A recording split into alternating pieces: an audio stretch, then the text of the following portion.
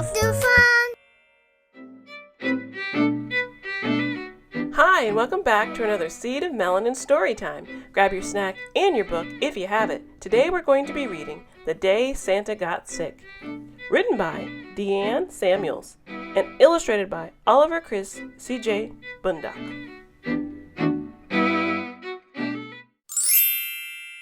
On the day before Christmas, Santa got sick.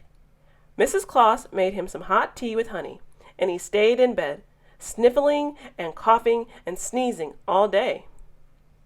Oy vey, thought Santa, I've never missed a Christmas day. He pondered and he wondered what to do, in all the different languages that he knew, but no solution came to mind. So he asked Mrs. Claus, Coretta dear, who will drive my sleigh tonight? Oh no, said Mrs. Claus. Frolicking reindeer, said Rudy, who heard Santa as he passed by his room. Bouncing belts, said the elves. Why don't we ask our helpers, said Mrs. Claus. Fantastic's idea, said Santa. Maybe we can find a hard-working elf to do the job. Mrs. Claus made the big announcement on the toy room floor. The elves clapped, the reindeer leaped, and the snowman sprang with joy. What an exciting chance this was going to be for everyone. Rudy Reindeer was first in line.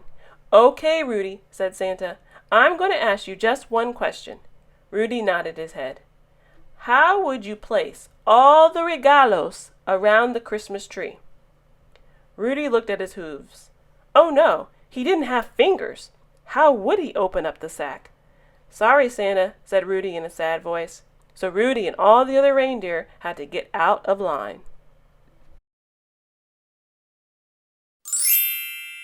The snowman who guarded the North Pole was the next one to step up to Santa. Hello, Mr. Snowman. Hello, Santa, he replied. My question for you is, how would you deliver the toys to all the hot countries like Jamaica and Japan, Thailand and Togo, Ethiopia and Ecuador? A frozen tear slid down the snowman's face. Oh, Santa, he wailed, I couldn't be able to do that. I would melt clean away. And he, too, walked out of the line.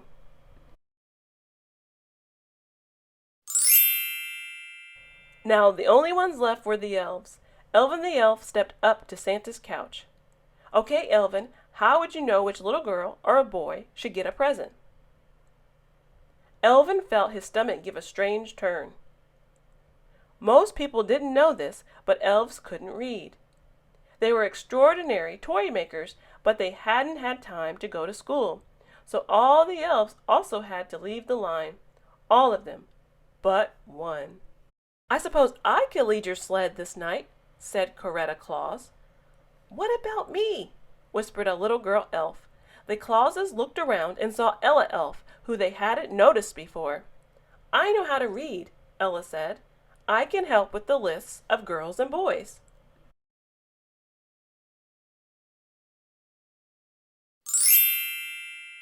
Everyone in the room looked on in anticipation. Of course, you can help with the names, Mrs. Claus said excitedly.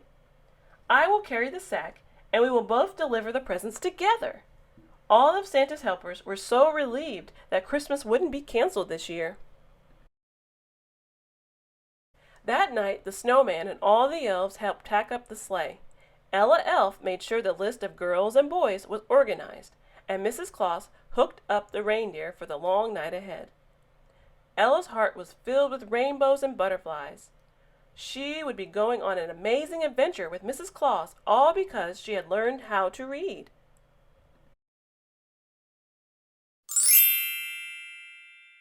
Santa waved a hopeful goodbye as the sleigh took off into the dark, starry sky.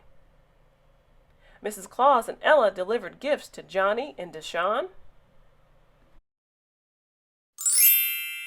to Ming Shu and Bo,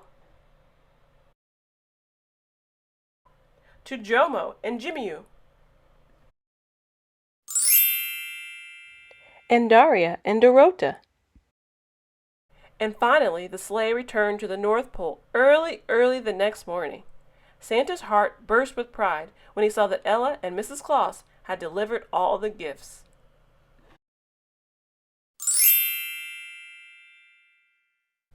"Amazing!" shouted the elves. "Ajabu!" said Santa. "Fantastic!" roared the snowman. From that time on, Mrs. Claus and Ella Elf traveled with Santa every Christmas. And forevermore, when you look into the sky on Christmas Eve, you may see Santa, Coretta, and Ella guiding the sleigh into the night.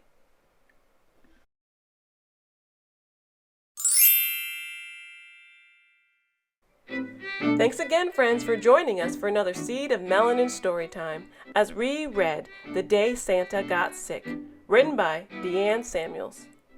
We hope that you're inspired to know that when you unleash the power of reading, like Ella Elf, you too can do amazing things. Thanks again, friends. Bye-bye.